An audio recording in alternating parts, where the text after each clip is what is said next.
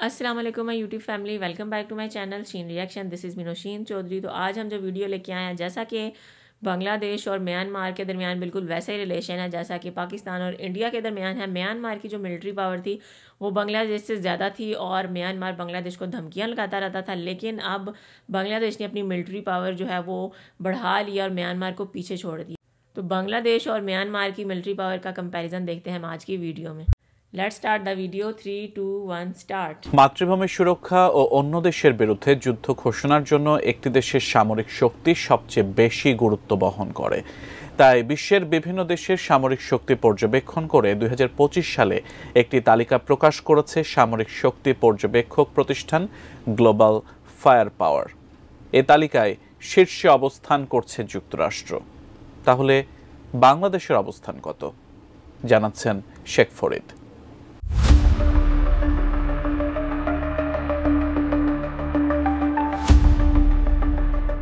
একটি দেশের স্বাধীনতা ও সার্বভৌমত্ব রক্ষায় শক্তিশালী সামরিক বাহিনী অত্যন্ত গুরুত্বপূর্ণ।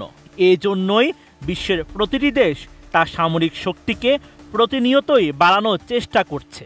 এদিকে প্রতি বছরের মতো এবারও বিশ্বের বিভিন্ন দেশের সামরিক শক্তির তালিকা প্রকাশ করেছে গ্লোবাল ফায়ার পাওয়ার। এ সময় প্রতিবেদনে বিবেচনা করা হয় সেনাবাহিনীর আকার, নৌবাহিনী এবং বিমান বাহিনীর শক্তিকেও। গ্লোবাল ফায়ার পাওয়ারের সূচক অনুযায়ী এই মুহূর্তে বিশ্বের সামরিক শক্তিতে শীর্ষ স্থানে রয়েছে যুক্তরাষ্ট্র। দেশটির হাতে রয়েছে 21,27,500 সদস্যের বিশাল সামরিক বাহিনী। বিশ্বের সুপার পাওয়ার এই দেশটির সক্রিয় সৈন্য সংখ্যা 13,28,000। এছাড়া ট্রাম্প বাহিনীর হাতে রয়েছে বিশ্বের সর্বাধুনিক সব মারণাস্ত্র। দেশের বাইরে অন্তত 100টি সেনাঘাঁটি রয়েছে যুক্তরাষ্ট্রের। সেখান থেকে বিশ্বের যে কোনো জায়গায় স্বল্প সময়ের মধ্যে আক্রমণ করার সক্ষমতা রয়েছে ওয়াশিংটনের। 2023-24 অর্থ বছরে প্রতিরক্ষা খাতে 75,000 কোটি টাকা খরচ করেছে যুক্তরাষ্ট্র। এদিকে বিশ্বের শক্তিশালী দেশের তালিকায় দ্বিতীয় ও তৃতীয় অবস্থানে রয়েছে রাশিয়া ও চীন। বর্তমানে বিশ্বের সবচেয়ে বেশি পরমাণু অস্ত্র রয়েছে রাশিয়ার হাতে। এই সংখ্যা 5,500-এর বেশি। আর সৈন্য সংখ্যায় রাশিয়ার রয়েছে বিশ্বের দ্বিতীয় বৃহত্তম সামরিক বাহিনী।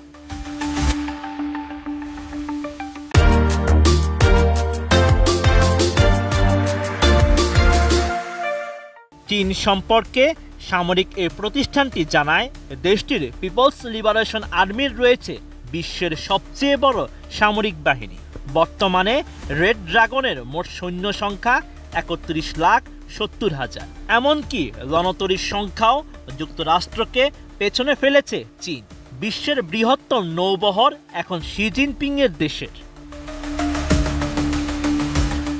তালিকায় ভারতের অবস্থান চতুর্থ স্থানে। দেশটির মোট সক্রিয় সৈন্য সংখ্যা 14,55,000। আর এই সূচকে পঞ্চম, ষষ্ঠ ও সপ্তম স্থানে রয়েছে যথাক্রমে দক্ষিণ কোরিয়া, যুক্তরাজ্য, ফ্রান্স। এছাড়া তালিকায় অষ্টম, নবম ও দশম স্থানে অবস্থান করছে যথাক্রমে জাপান, তুরস্ক এবং ইটালি। সম্প্রতি ড্রোন শক্তির কারণে বিশ্বে আলাদা পরিচিতি তৈরি করেছে তুরস্ক। দেশটি এরই মধ্যে প্রায় 30টি দেশের কাছে তাদের সামরিক ড্রোন বিক্রি করেছে। এই তালিকায় মুসলিম দেশগুলোর মধ্যে পরমাণু শক্তিধর পাকিস্তানের অবস্থান 12তম, ইরানের অবস্থান 16তম, মিশর 19তম এবং 24তম অবস্থানে রয়েছে সৌদি আরব। আর বিশ্বের শীর্ষ সামরিক শক্তির তালিকায় বাংলাদেশের অবস্থান 35তম। তবে এশিয়ার দেশগুলোর সামরিক শক্তির তালিকায় বাংলাদেশের স্থান 17তম। বাংলাদেশের মোট সামরিক বাহিনী প্রায় 7 লাখ। এর মধ্যে সক্রিয় সামরিক সৈন্য সংখ্যা 1,63,000। Sheikh Farid, ATN news. जी तो व्यूवर्स, ये थी आज की वीडियो। एक वक्त था जब म्यांमार की मिलिट्री पावर बांग्लादेश से बहुत ज़्यादा थी और म्यांमार जो है वो बहुत धमकियां लगाता था बांग्लादेश को और बॉर्डर पे जो है बांग्लादेश और म्यांमार का तनाव जो है वो जारी रहता है। लेकिन अब बांग्लादेश की जो है नई गवर्नमेंट के साथ बांग्लादेश ने अपनी तीनों फोर्सेस की जो पावर है वो बढ़ाई है और डिफरेंट किस्म के जो वेपन्स हैं वो भी अपनी आर्मी में ऐड किए हैं, जिससे म्यांमार जो है वो बांग्लादेश से कहीं पीछे रह गया। ये तो ये थी आज की वीडियो। म्यांमार की जो आर्मी थी वो बांग्लादेश से स्ट्रॉन्ग थी, लेकिन अब बांग्लादेश ने अपने डिफेंस बजट को बहुत ज़्यादा इंक्रीज़ कर दिया और बांग्लादेश ने मिलिट्री पावर में म्यांमार को पीछे छोड़ दिया। और भारत भी इस चीज़ से बहुत ज़्यादा परेशान है, क्योंकि भारत म्यांमार का इस्तेमाल करता था बांग्लादेश को दबाने के लिए, लेकिन अब बांग्लादेश म्यांमार से स्ट्रॉन्ग हो गया है और अगर म्यांमार ने कोई भी शरारत की तो बांग्लादेश उसको तहस नहस कर देगा और उसको तबाह बर्बाद कर देगा। इसी तरह से उन्होंने दिखाया, पाकिस्तान भी दुनिया की जो बड़ी आर्मी है उनमें है, तुर्की और इसी तरह मुसलमान जो कंट्रीज़ हैं वो दुनिया की बड़ी आर्मीज़ में आती हैं।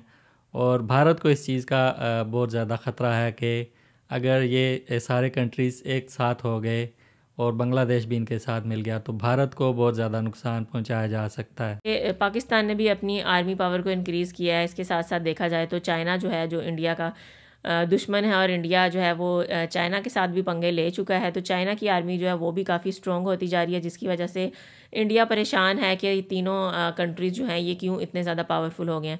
तो ज़रूर बताइएगा कि आपको वीडियो कैसी लगी। वीडियो अच्छी लगी हो तो वीडियो को लाइक कर दें, चैनल पर नहीं हुआ तो चैनल को सब्सक्राइब कर दें और बेल आइकन को हल्का सा प्रेस कर दें। मिलते हैं नेक्स्ट वीडियो में। Till then stay healthy, stay wealthy, stay awesome. Allah हाफिज़।